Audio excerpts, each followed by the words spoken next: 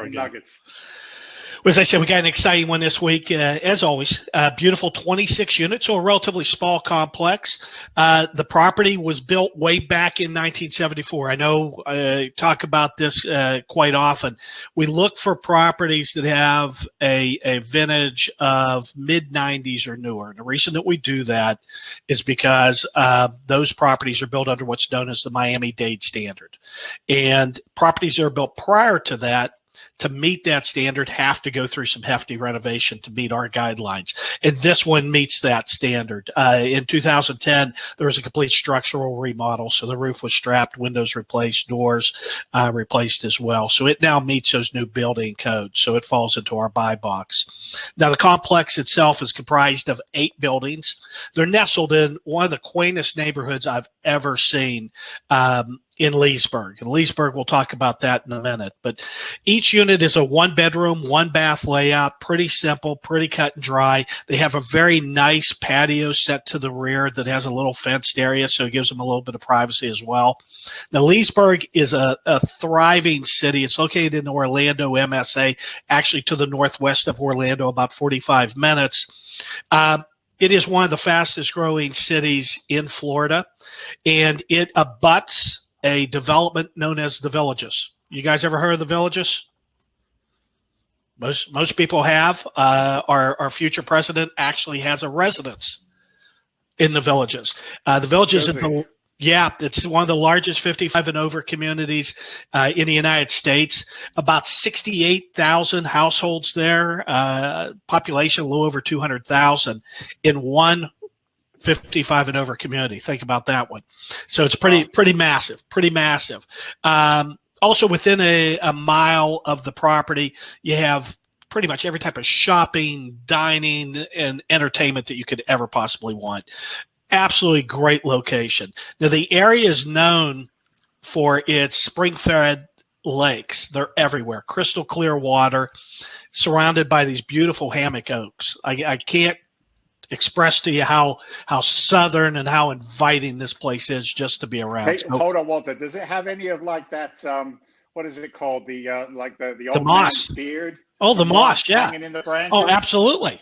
Oh, that's all it is. It's stunning. It's absolutely stunning, and that's what really makes that area one of Florida's prime retirement communities. Just because you have that atmosphere year round. Now, the repositioning on this is pretty straightforward. The property is going to be acquired for $1.8 million. Now, we're going to put an additional $150,000 to $200,000 into upgrades, upgrading the units themselves, improving the signage, and improving the landscaping. Hold on a minute, Walter. Hold on, Walt. Time out. I'm seeing a property acquisition of 4.25 on the slide. Is that inaccurate? That is actually inaccurate. That is actually inaccurate. It's 1.8. 1.8. Okay. But hey, you know what? Eric gets to live another day. That's, we'll let this one slide. What? That's his one. That's his own. They always say to me, what do you do as the CEO? That's what I do as the CEO. All right. There you go. Look at him go. Look at you go, Eric Wilson. He even went red. There you go. I love it. There you go. Oh, that's not pretty, Eric. That's not pretty, but nice work anyway. So I know that when I looked at the underwriting for this one, I know that those construction numbers are on point at the 150, 200, correct? Yeah, we're giving ourselves a little bit of room. We have to make some determinations as to what we want to do with the landscaping, whether we want to restore it or whether we want to upgrade it. It always comes down to first and best use, so we want to make sure that we don't over improve the community. So it gives us a little bit of leeway there. Now, the current owner, quite honestly, has really done nothing to the property since he bought it. It's not been properly maintained. There is such a high demand in that area that there's still 100% occupancy. Really? Yeah, really? Yeah. So, what that causes, and we see this all the time when we have improperly managed properties or undermanaged properties that have that high occupancy rate, it traditionally leads us to the conclusion that rental rates are probably not where they should be. And as soon as I dug into this one, I saw that there is a substantial upside to be had because the current rent is well below the market rent for the area. Gotcha. So, what we're going to do is we're going to focus on actually improving these properties in coordination with the lease terminations. What makes that nice is, number one, it doesn't have an impact on our cash flow. We'll still cash flow during the process. Also, very fortunately for us, the newest lease that's out there is already 6 months old. So that tells me within that 7-month window, I'm going to be able to flip every property. I'm going to be able to go in, do my renovations, and turn every property. Now, by adjusting the rental income just to market level, okay, not a premium, just to market level, we will increase the net operating income by $38,000 a year. And that $38,000, it's great to have that. That translates into profit for our investors.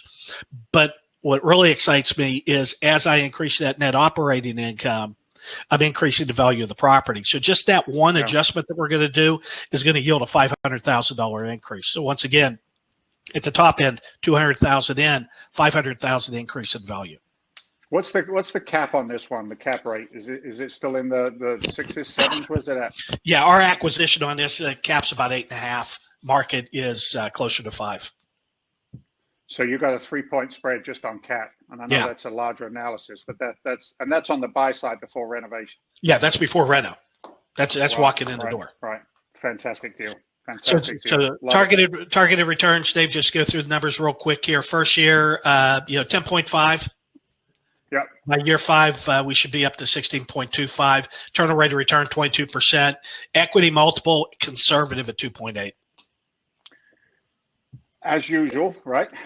Those are substantial targeted returns. I appreciate it. Look, for the folks that are listening to this who aren't already invested and alongside us, think about what it would be like to be a participant in an asset like this, right?